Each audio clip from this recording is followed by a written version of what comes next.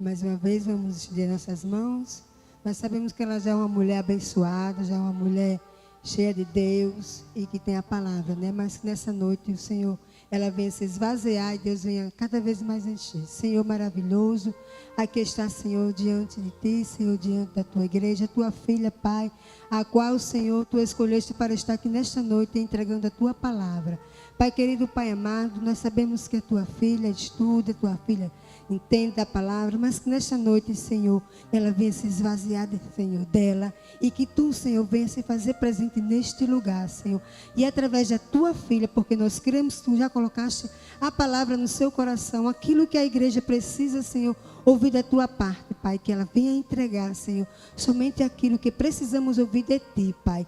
Usa cada dia mais, assim como Tu tem usado, Senhor, continua conosco, continua com ela, Senhor, nesta noite. Nós te agradecemos porque sabemos que Tu continuará fazendo e falando, Senhor, para a Tua igreja, em nome de Jesus.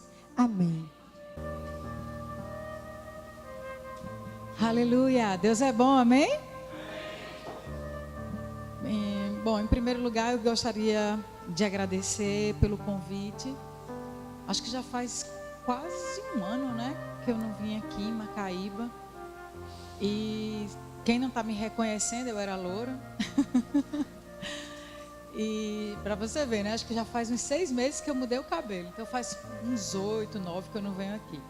Mas, amados, é sempre uma alegria, uma honra para mim poder atender esse convite, estar aqui em família, amém? Eu trouxe a minha família comigo, meu filho, meu esposo, minha mãe que não conhecia vocês. Eu disse, mãe, você precisa conhecer, a igreja é uma bênção. E aí ela estava viajando, chegou, eu estava com saudade, queria estar com ela e trouxe ela para estar conosco, amém? E eu louvo a Deus porque eu me sinto em casa aqui, amém? E quando eu comecei a estudar algumas coisas da parte do Senhor, o Senhor compartilhou alguma coisa no meu coração que eu gostaria de compartilhar com os meus irmãos. Eu tenho ministrado e eu tenho ensinado aonde eu chego, e cada dia mais a gente tem percebido que a única coisa que nos sustenta nesse tempo de crise é a palavra.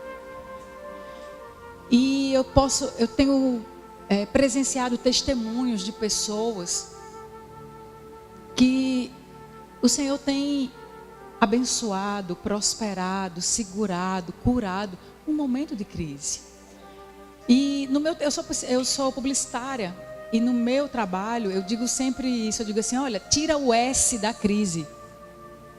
Quando você tira o S da crise, ele fica CRI. Ou seja, você tem que olhar para a crise com outra perspectiva. Para nós da igreja, eu digo, tire o crise, porque você não está em crise, você está em Cristo. E eu creio que essa palavra hoje, ela vai nos direcionar para colocarmos o nosso coração naquilo que é mais importante para Deus. E não focar nas coisas materiais, na crise, no que está acontecendo, mas focar em Jesus. Amém? Então vamos abrir comigo. Eu vou contar uma história, na verdade 2 histórias, de 2 homens. 2 homens, 2 histórias bem parecidas, mas os finais das histórias são bem diferentes. Muito diferentes. Um deles teve um encontro verdadeiro com Jesus. E o outro não aproveitou a oportunidade de estar com Jesus. Porque acontece isso, amados. Quantas vezes a palavra está diante de nós e nós não aproveitamos a palavra. Então, que nessa noite nós possamos receber tudo da palavra. Amém? Não deixa passar nada, nem pisca. O primeiro homem que nós vamos falar hoje, ele se encontra lá em Mateus, no capítulo 19. A partir do versículo 16, eu vou ler com os irmãos. Eu não sei qual é a versão que tem aqui, mas eu vou ler na minha Bíblia e vocês vão acompanhando junto comigo, tá bom? Diz assim: eis que alguém, aproximando-se, lhe perguntou: mestre, Que farei eu de bom para alcançar a vida eterna? A gente já começa a ver o coração desse jovem, né? Que a Bíblia fala primeiro que é alguém, mas depois a gente vai ver que é um rapaz, é um jovem rico. A Bíblia chama na frente o jovem rico. Primeiro a gente já começa a perceber o tipo de relação que ele tem com Jesus, que ele já começa querendo fazer aquele agrado, sabe? Ele já chega querendo fazer aquela... Vamos falar aqui no linguagem que o povo de Macaíba entende? Ele já chega bajulando, babando. Mestre, sabe? Sabe assim quando você chega para alguém assim, mestre, que farei eu de bom? Opa, que farei eu? Amados, nós sabemos que a nossa salvação é pela graça, amém? Então quando você entende a graça de Deus, olha só, esse rapaz chega para Jesus, o que é que eu posso fazer de bom? Não era Jesus fazer, era ele. O que é que eu posso fazer de bom? Para alcançar a vida eterna. Tudo bem. Aí Jesus lhe responde: por que me perguntas acerca do que é bom? Bom só existe um. Lá em Marcos, completa esse texto e diz assim, que é Deus. Ele diz, bom só existe um, que é Deus. Jesus estava querendo falar para aquele rapaz o seguinte: olha, se você está me chamando de bom e só existe um bom, que é Deus, você reconhece que eu tenho parte com ele. Amém? Vocês estão comigo?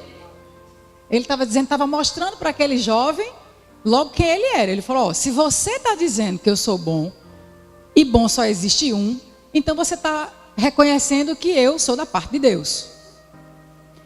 Aí ele diz, se queres, porém, entrar na vida, que é a mesma vida eterna que tem lá em cima, é vida Zoe. Jesus foi simples, amados, o evangelho é simples. Ele disse, olha, só tem uma coisa para você fazer. Guarda os mandamentos. Porque nessa época, amados, a graça não havia sido estabelecida ainda. E o que é que existia naquela época? A lei, a palavra. E ele disse o quê? Guarda os mandamentos. Para a gente aqui, pratica a palavra. O que é que você precisa fazer para ser salvo, meu irmão? Pratica a palavra. Ponto. Aí podia acabar a conversa. A conversa podia ter acabado aí. Simples assim. O que é que você precisa para ser salvo? Pratica a palavra. Tchau. Seja abençoado. Mas não, mas aí ele fez. Aí ele faz, né? E ele lhe perguntou. Vocês entendem que ele foi provocar Jesus de novo? Quais? Né? Ele pergunta aqui. E ele lhe perguntou, quais? Se ele sabia os mandamentos, por que ele vai perguntar quais? Tudo bem. Aí ele perguntou, Jesus tão paciente. Respondeu Jesus, não matarás, não adulterarás, não furtarás, não dirás falso testemunho, honra teu pai e tua mãe, amarás o teu próximo como a ti mesmo. Amado, e ele não estava satisfeito ainda. Ele, literalmente, esse é o tipo de diálogo. Algum irmão que já encontrou alguém que quer chamar atenção e ele fica puxando conversa com você, e você termina de falar e ele fica puxando conversa, literalmente se amostrando. Era o que esse rapaz estava fazendo. Fazendo graça. Amados, todo judeu conhecia os mandamentos. Não tem cabimento um judeu não conhecer. Quais? Aí Jesus passa, e outra, né? Jesus disse só os principais, né, gente? Porque se ele fosse falar a lei todinha, ele passaria 3 dias só lendo a lei, né? Jesus foi só para lembrar ele. Disse, tal. Aí ele achou pouco. Replicou-lhe o jovem, versículo 20. Olha aí, olha onde está o coração desse rapaz. Tudo isso eu tenho observado, eu tenho feito, eu sou bonzão, eu faço isso tudo. O que me falta ainda? Mas não faltava mais nada. Vamos lá para o começo. O que é que ele perguntou? O que é que precisa para ser salvo? Jesus disse o quê? Pratica a palavra. Ponto. Acabou. Não existe mais nada além do que... O evangelho é isso, amado. A salvação pela fé na graça acabou-se. Nesse caso aqui, cumpre a palavra, pratica a palavra. Só isso, não precisava mais nada. Mas ele estava, sabe? Aí lá vem ele de novo. O que me falta ainda? Aí Jesus, oh glória a Deus pela palavra. Jesus chegou para ele e disse assim: se queres ser perfeito. Tem perfeito na sua Bíblia? Percebe que Jesus não disse salvo, porque salvo ele já tinha dito, concorda comigo? Ele já tinha dito o que é que precisava para ser salvo, ele não ia dizer de novo, não precisava de mais nada para ser salvo. Ele disse o quê? Se você quer ser perfeito, salvo, para ser salvo você só precisa praticar a palavra. Agora, se você quer ser perfeito, é outra história. Vai, vende teus bens, dá aos pobres e terás um tesouro no céu. Depois, vem e me segue. Bora comigo, você vai fazer parte do meu time, bora comigo. Tendo, porém, o jovem ouvido essa palavra, retirou-se. Amados, olha só imagina essa cena. A Bíblia diz que ele saiu triste. Ele chegou cheio de razão, querendo se amostrar, querendo mostrar que era o bonzão. Olha o coração desse rapaz como estava longe de Deus. O coração desse rapaz estava no quê? Nos bens materiais, no status, naquilo que ele podia mostrar para as pessoas. As pessoas estavam ali ao redor e ele disse: pronto, vou abalar agora. Vou chamar a atenção de todo mundo, vai saber que eu sou bonzão, que eu pratico tudo e tal. E foi provocar Jesus. Amados, o coração dele estava nas coisas, não estava no Senhor. Tanto é que quando Jesus pediu algo a ele, ele disse: tudo bem, você só precisa, para ser salvo, pratica a palavra. Mas se você quer ser perfeito, vende tudo. Me segue, bora comigo. E ele saiu triste, arrasado, deprê. Por quê?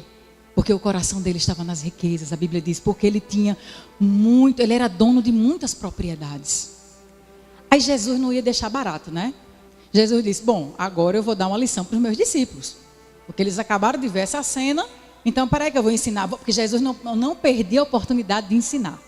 Jesus virou-se para os discípulos e começou. Então disse Jesus a seus discípulos: em verdade vos digo que um rico dificilmente entrará no reino dos céus.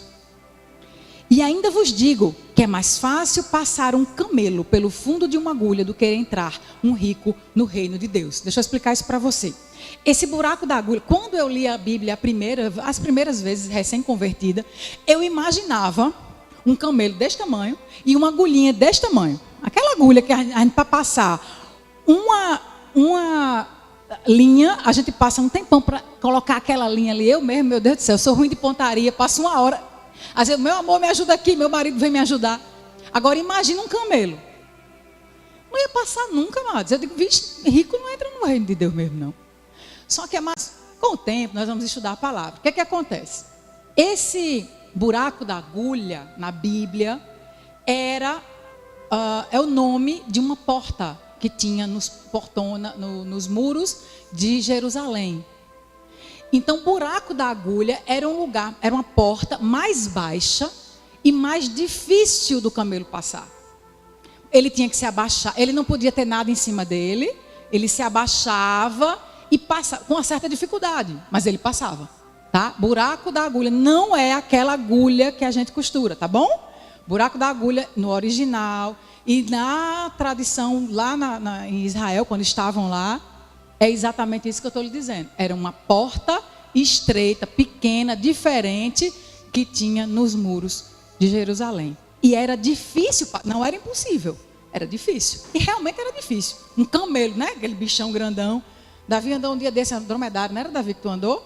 Um bichão grandão, Davi ficou tão pequenininho perto dele. Aí imagina um bichão daquele tamanho passando numa portinha, um portãozinho apertado. Mas ele passa. Só para a gente se situar que Jesus não estava dizendo que era impossível mesmo, ele estava dizendo que era difícil. Mas aí o que me chama mais atenção, olha o 25.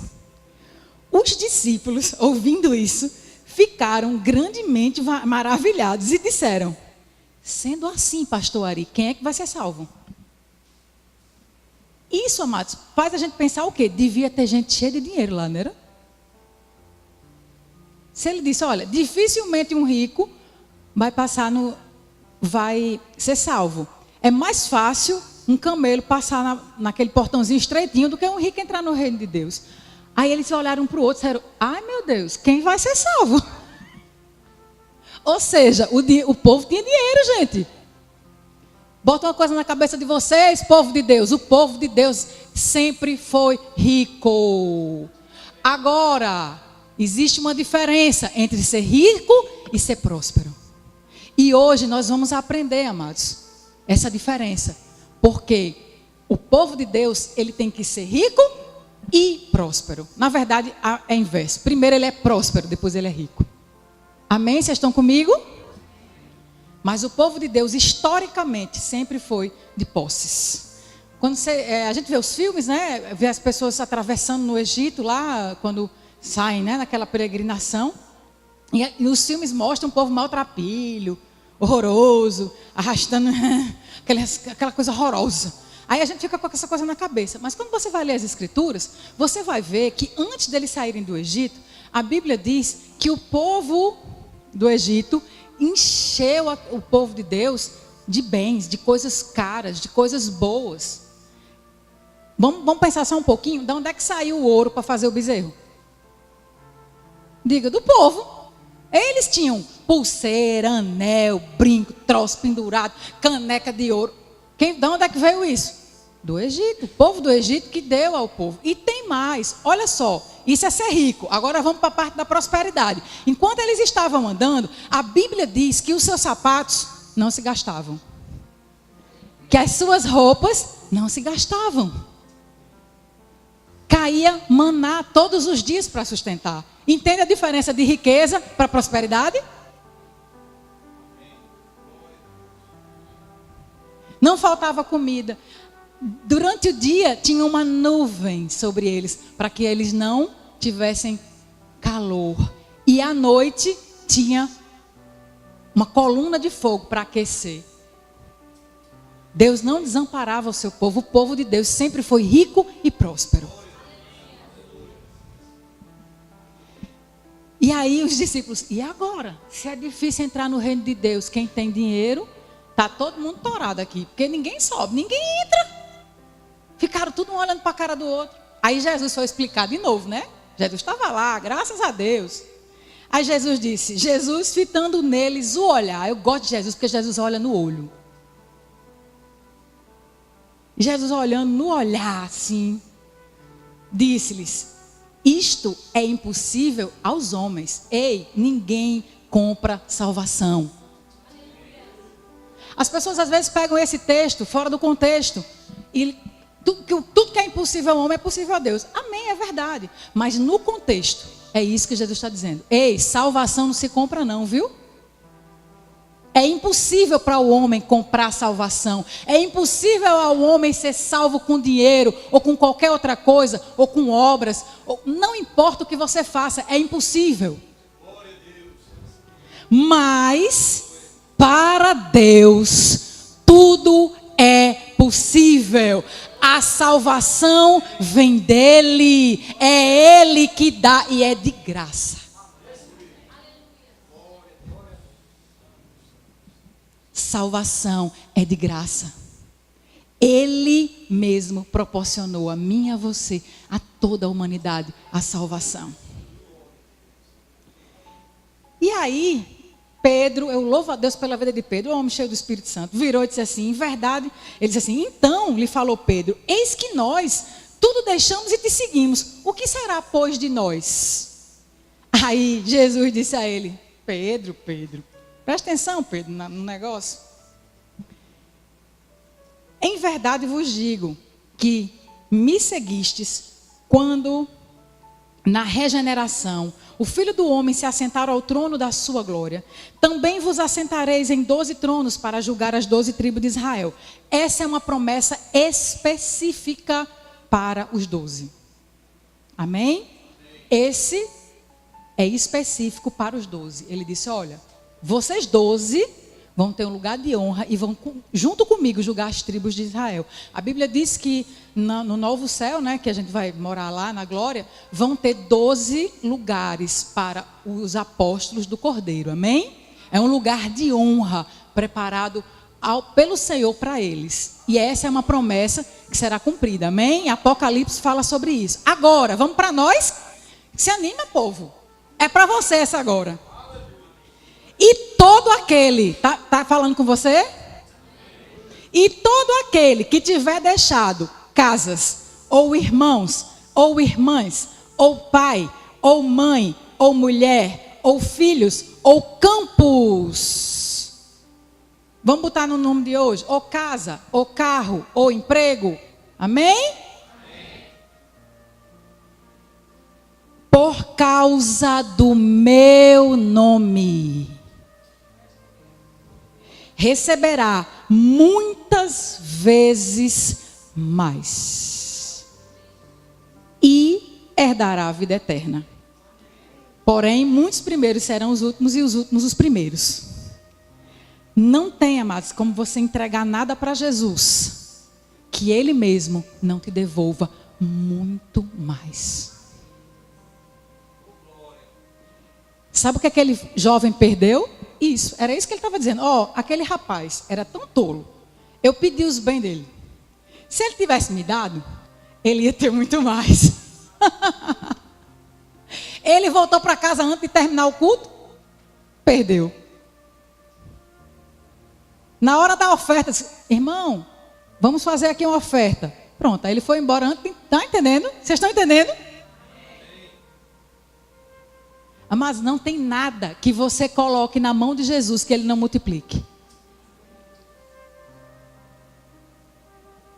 Aquele rapaz, ele perdeu o melhor de Deus, simplesmente por uma coisa chamada avareza. Avareza para a Bíblia, para Deus, é um pecado de idolatria. Ele coloca algo no lugar de Deus. Que algo é esse? Bens, coisas, posses. Mas no reino de Deus, o importante não é o dinheiro, o importante são as pessoas. Deus não nos salvou para termos coisas. Deus nos salvou para termos vida eterna. As coisas são consequência. E aquele rapaz perdeu o melhor de Deus por conta disso. Agora vamos ver um exemplo a ser seguido? Abram comigo Lucas 19, versículo 1. Eu gosto desse baixinho aqui. Esse baixinho aqui é invocado.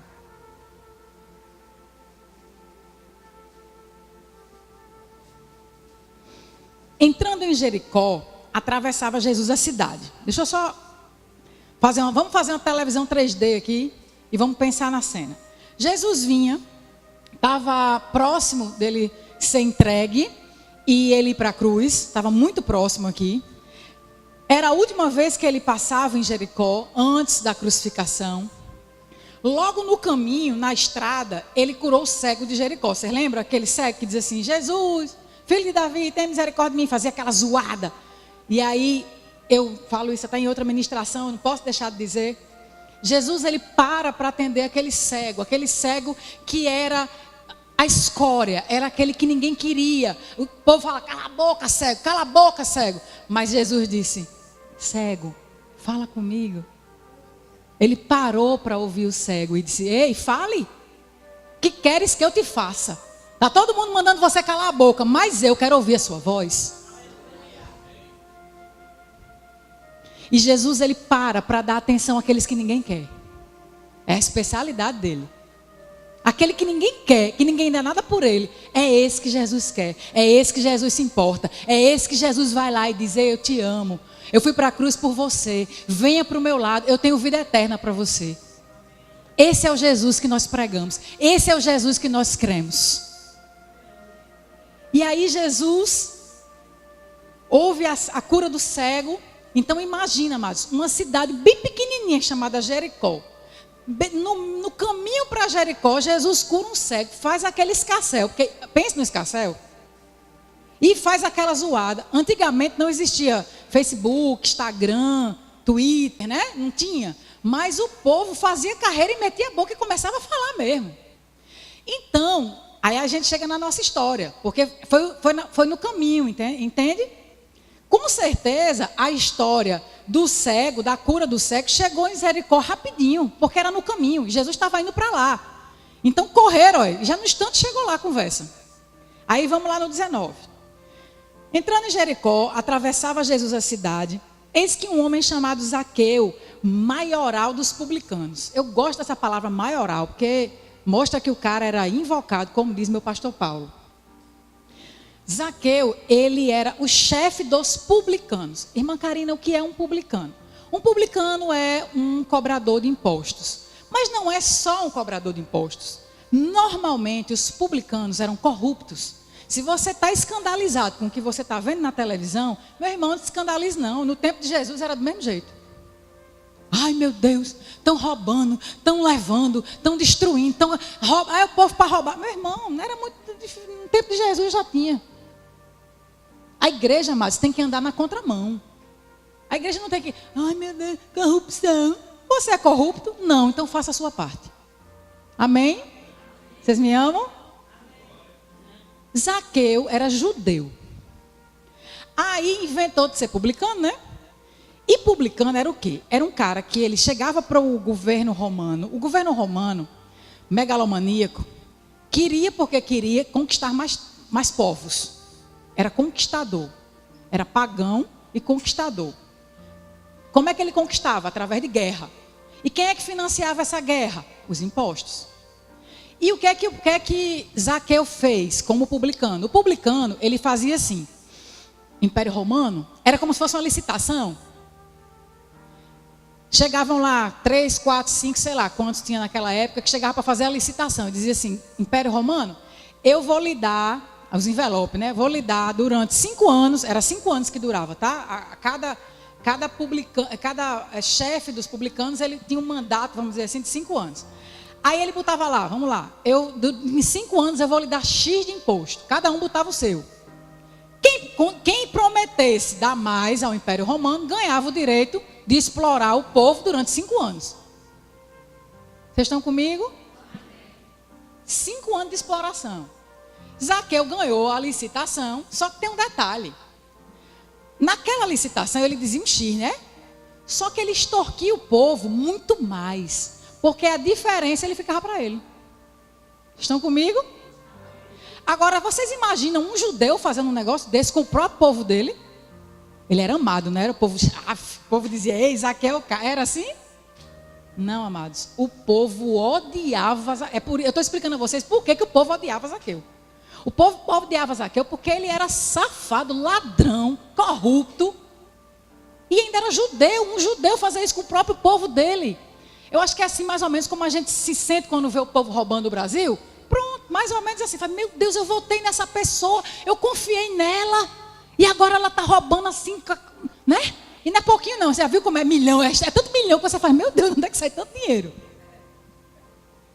Agora, pega a revelação. A Bíblia diz que o dinheiro do ímpio é acumulado para o justo. Vocês já viram isso na sua Bíblia? Amém? Então, quando você vê aqueles milhão todinho, falando até... Quando eu não posso ver uma reportagem de milhão, pastor, porque quando eu vejo, eu declaro esse dinheiro sendo chegando no reino, vindo para o reino, cada vez mais pessoas cheias de dinheiro se convertendo, investindo no reino. Esse dinheiro não vai ser roubado por Satanás, não, é para o reino. A gente tem que ser ousado, gente. Isso é fé, amém? Eu não dou corda para Satanás, não. Quando eu vejo essas notícias, eu boto logo o cão para correr. Eu digo, ei, devolve o que é do reino. E aí Zaqueu, ele era odiado pelo seu povo.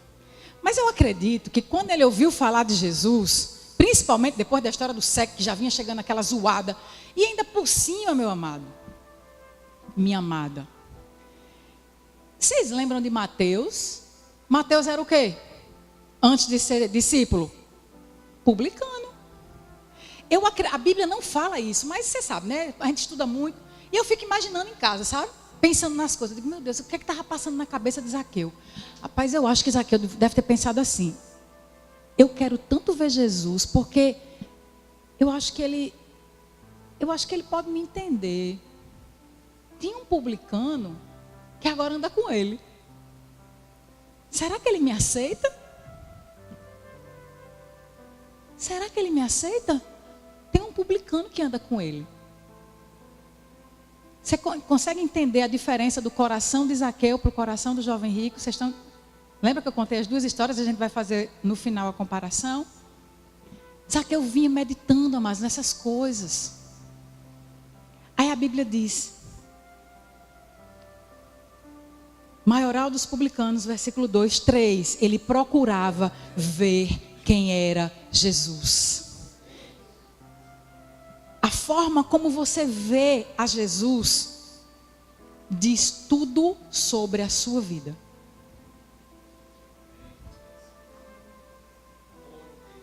Zaqueu procurava, amados, não existe ninguém que dedicara com Jesus e sua vida não seja transformada. Porque quando nós encontramos a Jesus, quando nós somos confrontados por esta palavra, existe mudança de vida. Esta palavra nos constrange a olhar para a gente mesmo e ver o que não presta. E a gente mesmo diz, eu não quero isso.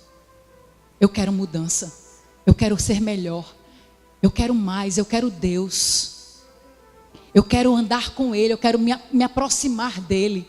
Eu quero ser tocada por Ele. Eu quero olhar para Ele.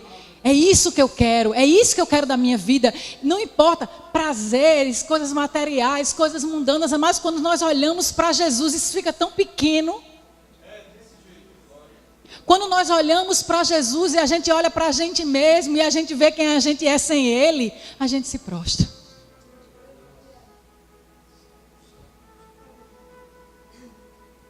Porque Jesus, Ele tem esse poder. Ele chama, amados, a mim e a você. E quando a gente entrega a nossa vida para Ele, cada dia que passa, eu digo sempre isso, conversão é diária. Nós não somos perfeitos, nós caminhamos para a estatura de varão perfeito. É um aprendizado, é um todo dia. Mas a palavra garante, amados, que se a gente ficar firme nessa palavra, a gente não vai sair daí tropeçando todo dia, não. Ao contrário, a gente fica firme nela. Os olhos em Jesus e firme. A forma como você olha para Jesus diz quem você é. E Zaqueu procurava ver Jesus. A Bíblia diz, procurava ver quem era Jesus, mas não podia.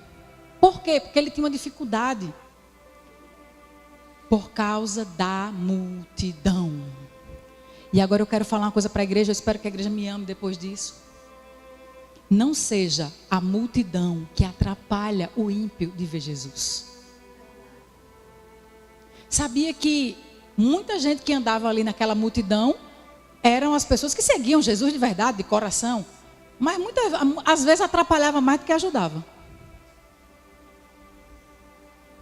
Amado, não seja a multidão que atrapalha o pecador de chegar a Jesus. Você tem que ser luz.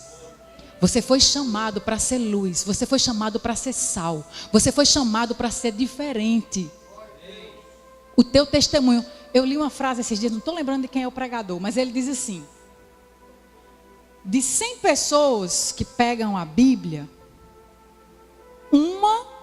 de 100 amigos seus que tenham a Bíblia, um lê a Bíblia e 99 lê você. Vocês estão aqui? Você é a Bíblia para aquele que não conhece Jesus. A sua vida vai dizer que tipo de evangelho você vive.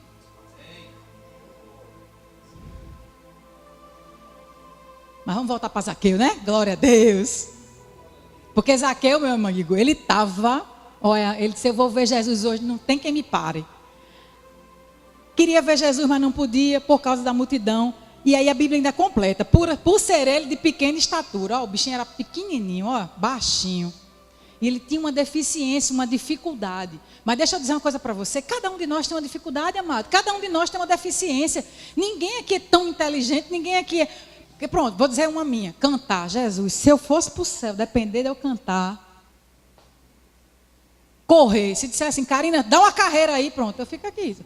Karina, Jesus está ali, tu só é salva se tu correr até lá e tocar nele. Eu era a última a chegar, porque eu não corro nada. Então, amados, cada um tem uma deficiência. Agora me dê um texto para eu interpretar, para tu ver. Bota para tu orar, como disse o pastor Paulo. Me dê uma conta de matemática. Entende, amados? Então, cada um tem uma dificuldade. Mas olha só. O mesmo Deus que deu a estratégia para Zaqueu, Ele dá para você. Porque o nosso Deus, Ele sabe todas as coisas. Ele sabe as nossas deficiências, mas Ele nos dá estratégias.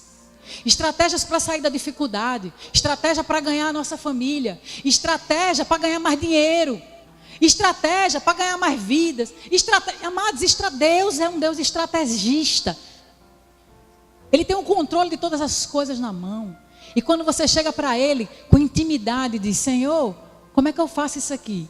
Ele te diz. É, né? Aí Ele diz, espera aí, vem aqui que eu vou lhe ajudar. E aí de repente, aquela promoção na sua empresa, é você que vai. Porque Deus vai lhe dar as estratégias e você vai bater as metas. E você vai fazer a diferença. A prosperidade dele está sobre você. E você começa a fazer. Deus começa a honrar. O concurso que você vai fazer. Mas não vai com a conversa de que, olha, eu vou orar no dia, Senhor, me dá o gabarito, aleluia. Não, mas estuda. Tem que fazer a sua parte. Agora, vale a pena, né? Chegar assim, Espírito Santo, diz aqui que eu estudo. Tem um... Amado, estou falando sério. Tem um... Como é que chama aquele negócio que tem o rol das matérias para poder estudar?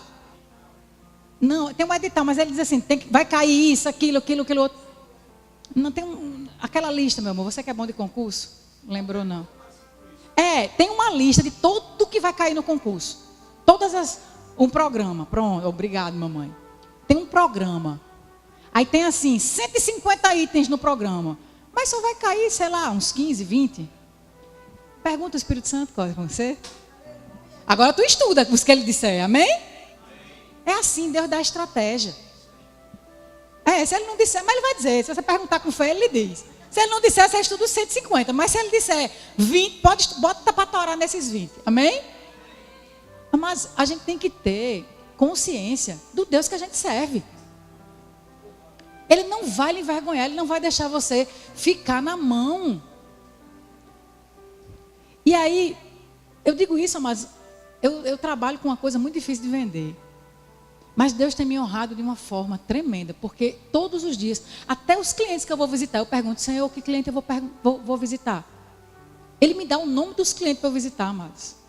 Eu sei que só tem crente aqui, porque você vai crer. E eu chego para a minha equipe e digo, vai em tal. Aí lá vai, tem uma crente na minha equipe, pronto. Aí os outros não acreditam, fica só enrolando. Aí a crente, quando eu digo, vai em tal lugar, ela faz carreira, volta com o contrato na mão.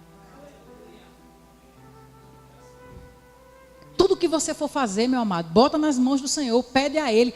Ele vai te dar a estratégia certa para você fazer e ser próspero, amém?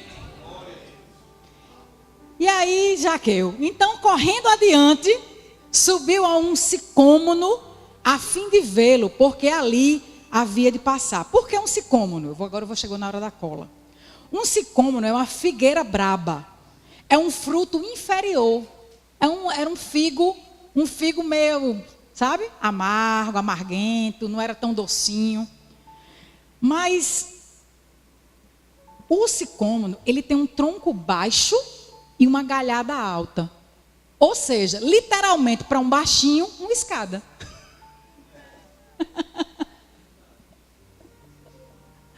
Tá vendo, amados? Por que foi um sicômono? Porque, né? O Senhor deu estratégia para Zaqueu. Zaqueu, tem uma escada ali para tu. Não podia ser um coqueiro, não podia ser uma, né? Tinha que ser uma coisa. Ele foi lá, fez carreira e subiu naquele coisa. Só para título de curiosidade, se você quiser anotar, lá em Amós 7,14, fala sobre a ocupação do profeta Amós, que diz assim, ele diz dele mesmo, eu sou boeiro e riscador de figos de sicômoros. Por que isso? Porque o sicômoro, ele era amargo. Então, para que ele pudesse ser comido, existiam pessoas que riscavam aqueles figos com uma coisa de metal, como um prego, para que eles saísse o leite e eles ficassem pelo menos comestível, tá?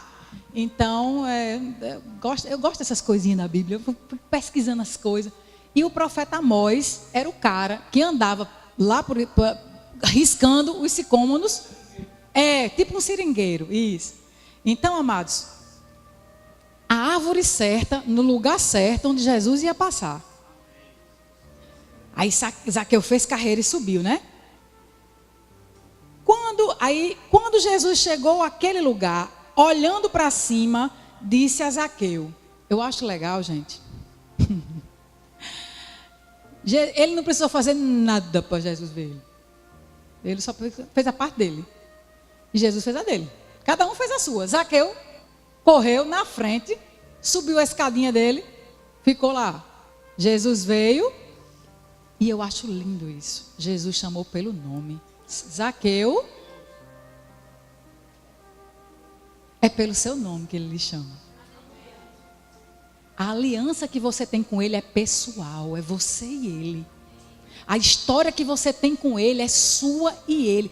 Eu ando a minha história, a minha carreira, você anda a sua. Zaqueu, cada um tem a sua história com Jesus. Não fica querendo imitar ser assim. Porque irmão é mais ungido, é mais abençoado, é menos não sei o quê. Não importa. Segue a tua carreira. Zaqueu, desce e é depressa, viu? Zaqueu, segue depressa, pois me convém ficar hoje em tua casa. Aí, no 6, ele desceu a toda pressa. Simples assim. Quando Jesus falar com você, nem pisque, faça carreira. Amém? E o recebeu com alegria. Quando a gente fala que, se Jesus disse, Zaqueu, desce depressa, que eu quero ir na tua casa, e no versículo seguinte diz que ele desceu e o recebeu, quer dizer que ele já recebeu na casa dele. Concordam? Jesus estava na casa de Zaqueu já. Aí 7. Todos os que viram isso murmuravam, dizendo que ele se hospedara com um homem pecador. A murmuração dos judeus, amados, dos fariseus, era mais uma prova de que Jesus, ele estende sua mão de amor, de misericórdia e opera um dos maiores milagres do seu ministério, que é alcançar o pecador, trazer salvação. Quanto mais ele fazia isso, mais os fariseus murmuravam. Quanto mais ele fazia isso, mais os fariseus se enfureciam. Quanto mais ele fazia isso, mais aquelas pessoas que não querem nada com Deus vão levantar a voz para achar ruim, para reclamar, para dizer coisas, para soltar piada. Mas, amados, Jesus, entre mentes, Zaqueu se levantou e disse ao Senhor. Independente da murmuração, Zaqueu já sabia o que tinha no coração dele. E ele disse, Senhor, resolvo dar aos pobres a metade dos meus bens. Já é uma bênção, né? E se em alguma coisa tenho defraudado alguém, restituo 4 vezes mais. Zaqueu era um homem temente à lei, porque ele conhecia a lei, porque em Êxodo 22:1, não precisa abrir agora, fala sobre essa restituição de 4 vezes. Era algo comum na época, por causa da lei. E ele disse, pulou de lá e disse, olha, eu vou dar metade do que eu tenho. E ainda por cima, vou restituir 4 vezes, ou seja, vou cumprir o que está escrito. Agora vamos fazer uma reflexão, vamos comparar ele com o jovem rico. Jesus pediu alguma coisa a Zaqueu?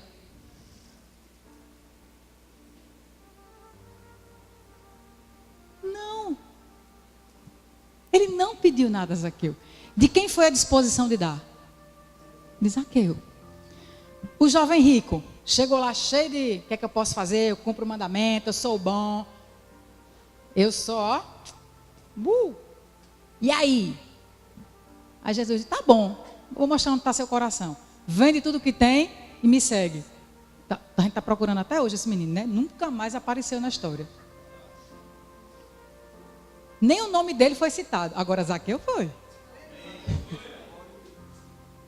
Jesus não precisou pedir nada a Zaqueu, mas quando um homem entende a prosperidade de Deus, que é salvação, entrega, comunhão. Quando o seu coração é de Deus, amados, o pastor não precisa passar 3 horas aqui pedindo uma oferta, não. Você já pula de lá e diz: eu quero dar. Meu coração está nesse negócio. Eu quero. Jesus, para arrematar, para a gente encerrar, Jesus disse: hoje houve salvação nesta casa, pois também este é filho de Abraão, porque o Filho do Homem veio buscar e salvar o perdido. Zaqueu começou, o menino rico lá, começou a história rico e acabou o quê? Só rico. Ele continuou com o que ele tinha, rico. Ainda perdeu de ganhar muitas vezes mais, porque Jesus ainda deu uma lição. Disse: olha, se ele tivesse entregue, ele tinha ganho muito mais. Ainda ganhava a salvação. Ele saiu sem nada, ele só saiu rico. Somente, só com dinheiro. Só. Zaqueu entrou na história. Corrupto, ladrão, odiado pelas pessoas e rico. Ele entrou rico na história. Mas ele teve um encontro verdadeiro com Jesus. E ele, para mim, o maior exemplo de uma mente rica que se torna próspera da Bíblia é Zaqueu.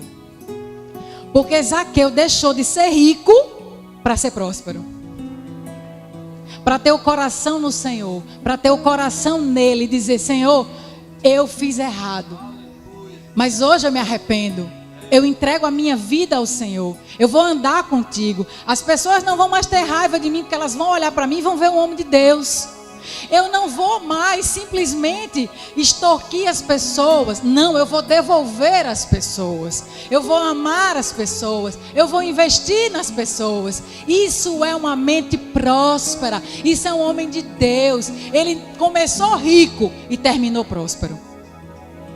Talvez, amados, inicialmente ele nem tem, você olhando assim, eita, se ele deu a metade do que ele tinha, ele está mais pobre, né? Ele não está tão rico assim. Mas vocês agora junta lá com a história do menino rico. O que é que Jesus disse? Por amor dele, quem entregasse todos os seus bens ia ter o quê? E muitas vezes mais. A vida eterna, amém. Zaqueu entregou metade do que ele tinha e restituiu todo mundo em nome de Jesus. Por amor a esse evangelho. Além da salvação, ele ganhou mais o quê? Muitas vezes mais. Ele começou rico e terminou próspero. A prosperidade começa na sua vida, amado, no dia que você entrega a sua vida a Jesus. Porque enquanto você não tem Jesus, você tem só dinheiro. Ou talvez só dívida, né? Ou talvez, sei lá, ou só doença, ou só problema, ou só...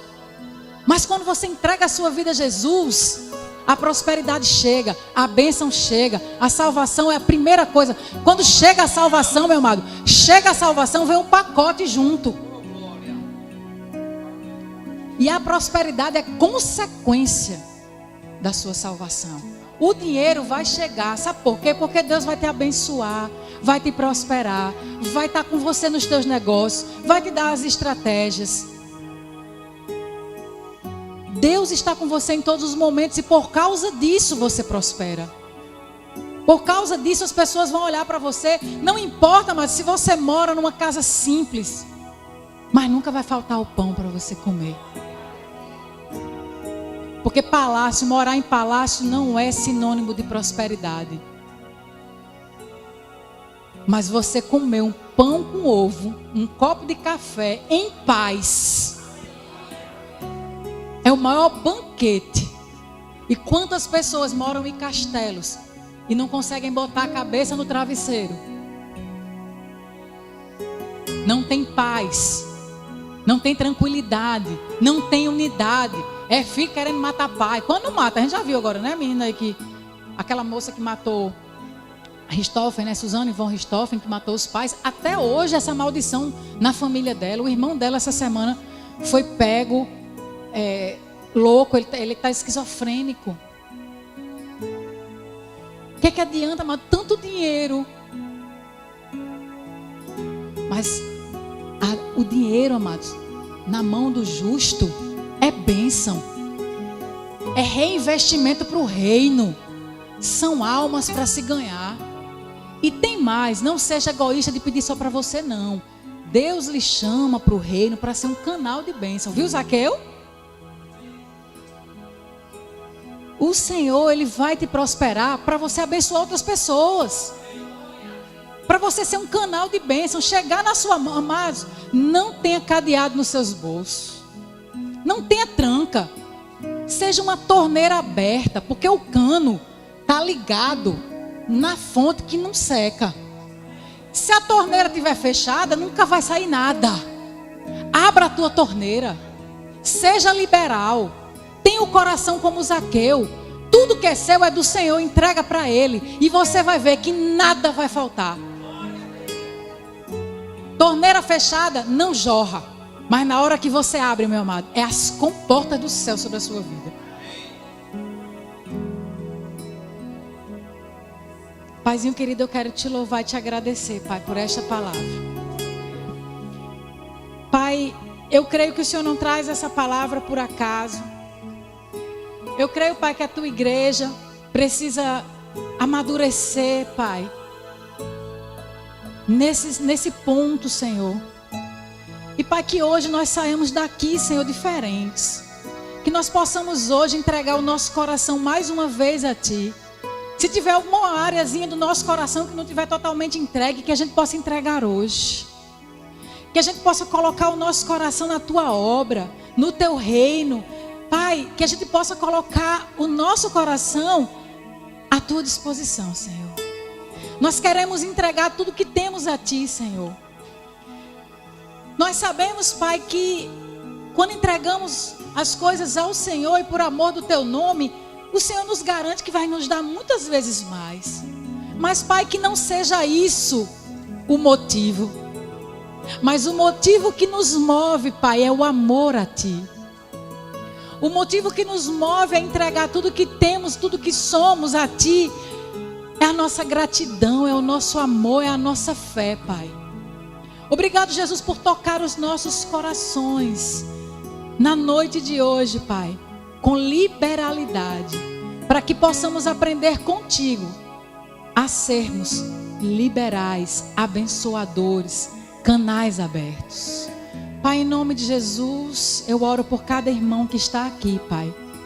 Eu creio, Pai, na unção de prosperidade sobre essa igreja, Pai. Eu creio num novo tempo, Senhor, de portas se abrindo, empregos chegando, Pai, concursos saindo, Senhor. Eu creio, Pai, no Teu povo prosperando de forma sobrenatural. Eu creio que as pessoas vão olhar para o Teu povo e vão dizer: só pode ser Deus. Só pode ser Deus.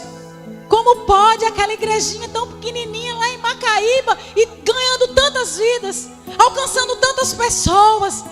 E as pessoas vão olhar, Senhor, e vão ver a prosperidade do Teu povo. Porque é o Senhor que faz, é o Senhor que cumpre, é o Senhor que será glorificado. As pessoas vão olhar para esse povo e vão dizer: só pode ser Deus, só pode ser Deus, só pode ser Deus. Obrigado, Pai, por cada um aqui. Obrigado, Pai, por cada um do serviço dessa igreja. Pai, que o Senhor possa dar força, dar novas estratégias, dar renovo, Pai, a cada um que se coloca a serviço dessa igreja, do pastor a toda a equipe, todos os departamentos, Pai. Um novo renovo nessa noite, uma nova força, uma nova disposição, Senhor, para Te servir com mais alegria, para Te servir com mais amor, com mais dedicação, Senhor. Levanta mais pessoas que estão aqui hoje, que nem estão aqui, estão em casa, mas o Espírito Santo vai tocar na vida dessas pessoas o desejo de Te servir, o desejo de estar na Tua casa, de ajudar, Pai, para o crescimento do Teu reino. Eu creio assim, Senhor. Eu creio numa igreja, Pai, que não vai caber aqui, Senhor. Obrigado, Pai, pelo ensino da Tua palavra. Obrigado, Pai, porque cada dia, quando nós nos expomos à Tua palavra, nós nos transformamos pelo Teu poder em nossas vidas. Obrigado, Pai, em nome de Jesus. Quem crê comigo, diga amém. Eu amo vocês.